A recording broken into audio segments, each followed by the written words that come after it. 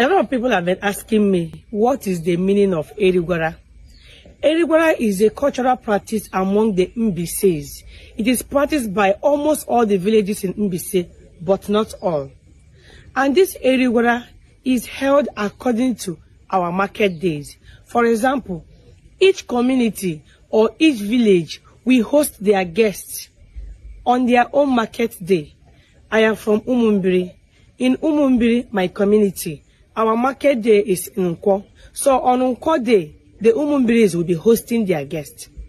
Eziama, their market day is Eke. So on Eke market day, the Eziamas are expected to host their guests.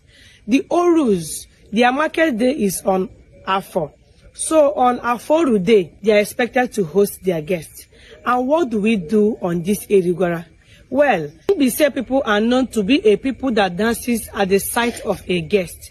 On Erigwara day, Mbaise people host their friends, well-wishers, neighbors, and people from all walks of life for no reason.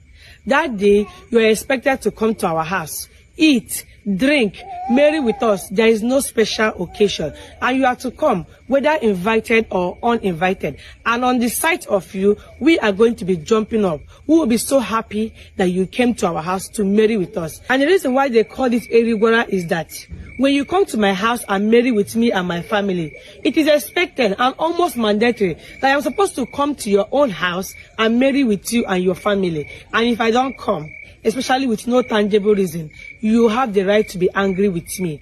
That is why it is called Erigwara. You come to my house and eat, and I come to your house and Erigwara. I don't know if I am making sense.